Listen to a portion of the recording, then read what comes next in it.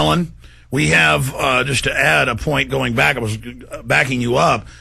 You see it in the press, you see it in sociology reports, that in Washington, D.C., in New York, in London, that the most popular place is for sadomasochism, and what all of the elitists, whenever they get caught in a sting or happen to get caught, it is hardcore sadomasochism, yes. Whereas you or I or a normal nurturative person doesn't like that. They love it, and they love dominating or being dominated, and that interchanges, normally goes both ways. That really is, and then the greatest extension of that is they love to torture small children to death because, it's that great power, and they love hurting something innocent. Would you say in these interlocking, when we come back, I want to go through from your study the different gangs we have, that at the next to the highest level of the pyramid is the scientific gang, where whoever's the most cold-blooded is who is admired, and then above that is the elite families?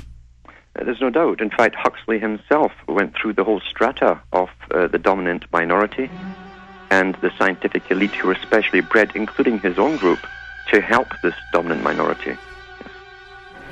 And then I want to get into the cloning. The designer babies already happening, the cloned cows, the cloned milk. They're now having to put on milk that it's cloned or it isn't cloned. I mean, where this brave new world is going with the amazing guest, Alan Watt, on this live Friday edition.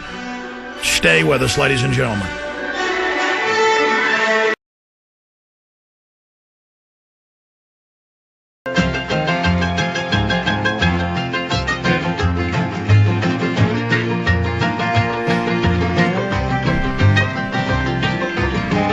Okay, let's go right back to Alan Watt,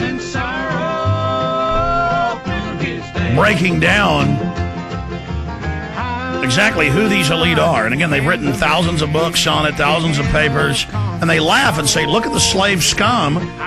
They can't even read what we're saying we're going to do to them. And they say that's prima facie evidence. I've had, as I know, had Alan, elitist, say, Alex, look, you tell them and they don't even listen to you. See, you need to join us. And I say, listen, I'm a nurturative person. I know what I do to others comes back on me. You people are evil. And you've helped dumb people down. You've accelerated the domestication and the institutionalization of the public. And this is a great crime against life, against our species, against humanity. And they just snicker. It's or they act sad and go, well, you just don't know the law of nature, do you?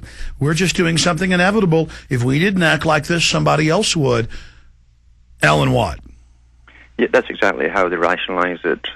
As I say, through the Darwinian studies of different species and so on, they go down through the sea urchins and all of these things in different groups that came down through the ages. They've never found missing links, but that's not the point. The point is things go extinct, and we do have evidence of that. Different animals go extinct. So they put man in the same category, and they couch it in phases or stages of mankind, from the early types to the present type. And they truly believe that they themselves, because they're up there in academia, they're in the sciences, they have positions of power and control, they believe they're a separate species, that they have evolved. And the old types that used to work in factories and so on during the 20th century are now obsolete and have to go.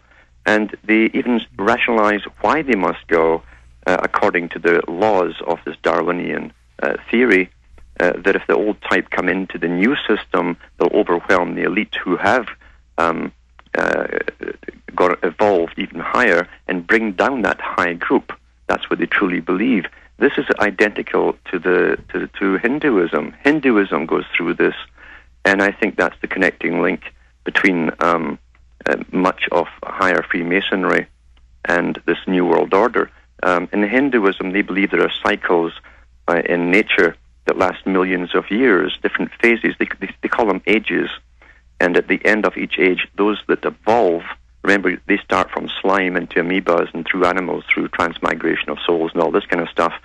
And eventually they get to this advanced type, and they go on into the next wave while the old type dies off.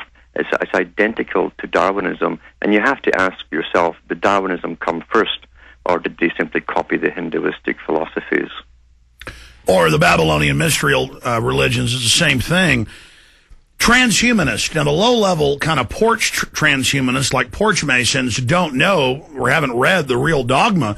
But Aldous Huxley's brother, the head UN eugenicist, the head eugenicist worldwide at the time, he said we've got to change to transhumanism. So transhumanism, the founder of it says it is the new name for eugenics. And he says, and now they say at these big eugenics conferences, transhumanist conferences they have, or post-humanists, they say, you will take brain chips, you will evolve into the cybernetic, if we even let you, if you prove your worth, and all the rest of you will die because you're not evolving. And so, we face it on that front. Yes, as I say, it's all out in the open today. And what's interesting, too, is their use of words or linguistics. Some call it psycholinguistics, and some of the neurosciences call it neurolinguistics, by the use of different words to cover up the same agenda that used to be called eugenics. The general population are using those new words thinking it's all okay. They can't relate it to what it used to mean. It's the same thing as having a communist society, and as long as no one at the top mentions communism, no one will see it for what it really is. So we tend to get stuck on words, and we can't see beyond that. Today they call it this globalization, but it is a Sovietized world system they're bringing in. It's a communistic system they're bringing in for the masses. Now, communism, or the Soviet system, was created by the West. It did not originate in the Soviet Union or Russia. Its whole theory was that man was an animal that can be trained to go in any direction whatsoever through scientific means and indoctrination and using conditioned responses. They could take them to wherever they wanted them to be. Lenin himself said, we shall decide what kind of culture to give the public, which is good for the party. And if that culture becomes obsolete or doesn't serve the party, we'll then change the entire culture again. In other words, all of reality will keep changing and be updated, and the public will accept it like a computer program being upgraded. That's exactly how they're treating the public today, and unfortunately it's working very well. Alan Watt, long segment coming up. When we start the next hour, we'll go directly to your phone calls if you want to get lined up. 800-259-9231. Stay with us. We're on the march. The empire's on the run.